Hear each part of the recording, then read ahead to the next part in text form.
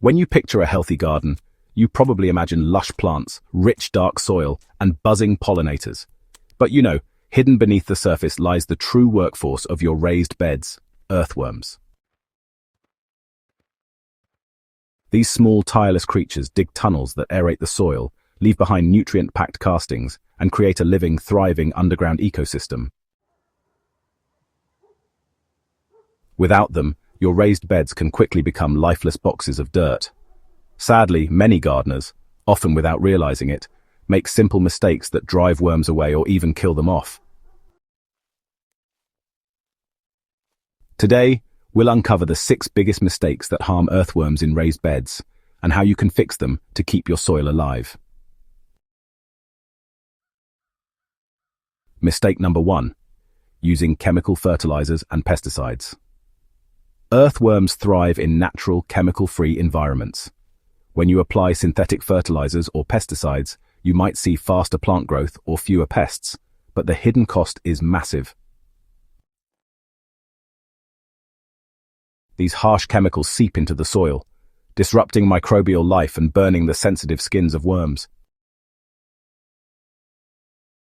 Instead of synthetic inputs, it's best to use natural fertilizers like compost, worm castings, or even liquid seaweed.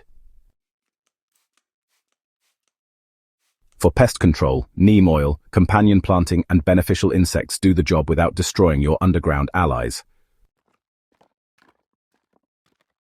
Mistake number 2. Letting the soil dry out. Earthworms breathe through their skin, which must stay moist for them to survive. A raised bed that dries out completely, even for just a day, can, unfortunately, turn into a graveyard for worms. This often happens when gardeners, forget to mulch or rely on inconsistent watering. The fix is simple. Just add a thick mulch layer of straw-shredded leaves or grass clippings. Mulch keeps moisture in the soil, helps regulate temperature, and creates a worm-friendly environment where they can move and feed comfortably. Mistake number 3. Over-tilling your raised bed. One of the reasons gardeners absolutely love raised beds is that they just don't need the constant tilling you get with traditional gardens. Yet some folks still turn over the soil every single season, thinking it somehow refreshes the bed. But honestly, over-tilling destroys worm tunnels, exposes them to predators, and really disrupts the microbial networks they depend on. So, what's the solution? Well, it's pretty simple. Switch to a no-till approach. Just add compost or organic matter on top and let the worms pull it down naturally. Their tunneling is honestly the best tilling system you could ever ask for. Free, efficient, and totally self-sustaining. Mistake number 4. Overloading with fresh manure or food scraps. Worms love organic matter, but, there's a big difference between nutrient-rich compost and raw kitchen scraps or manure. Fresh manure, especially from animals fed on grain or treated with medications, can release way too much ammonia or heat, which could end up killing your worms. Likewise, dumping heaps of food scraps directly into the bed can cause rot and, honestly, attract all sorts of pests. Instead, it's best to compost food waste separately until it's fully broken down, then add it in as a finished amendment. For a worm-friendly treat, you could try pre-soaking scraps in water for a few days to make a mild compost tea they'll lap up without any risk. Mistake number 5 is ignoring soil pH and balance. Earthworms, really prefer soil that's near neutral, somewhere around a pH of 6.5 to 7.5.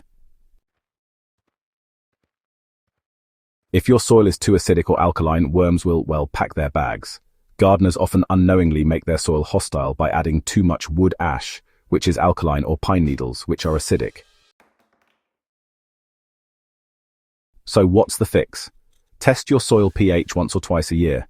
If it's too acidic, just add a dusting of lime. If it's too alkaline, try incorporating organic matter like compost or peat moss. A balanced soil isn't just good for worms, it's honestly the foundation of plant health. Mistake number 6. Compacting the soil. Finally, worms really need space. In compacted soil, they suffocate because their tunnels collapse, oxygen flow stops, and movement just becomes impossible. Raised beds should never be treated like a walkway or a storage spot. Avoid stepping in them and use broad forks or hand tools to gently loosen the soil if needed. Adding organic matter also naturally prevents compaction, as worms and microbes work together to keep the structure light and crumbly. Earthworms are the silent architects of healthy soil, and when we create the right environment, they multiply and work harder than any fertilizer ever could. So just remember, healthy soil absolutely thrives when earthworms are present and active.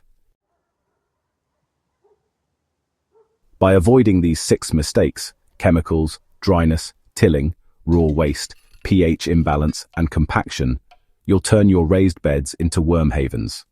In return, they'll reward you with nutrient-rich castings, better drainage, and healthier, stronger plants. If this helped you protect your worm allies, make sure to subscribe to Gentle Herb Living, tap the bell for weekly soil and gardening secrets, and share this with a fellow gardener who could use a worm-friendly boost in their raised beds. Together, let's build gardens that are alive from the roots to the worms below.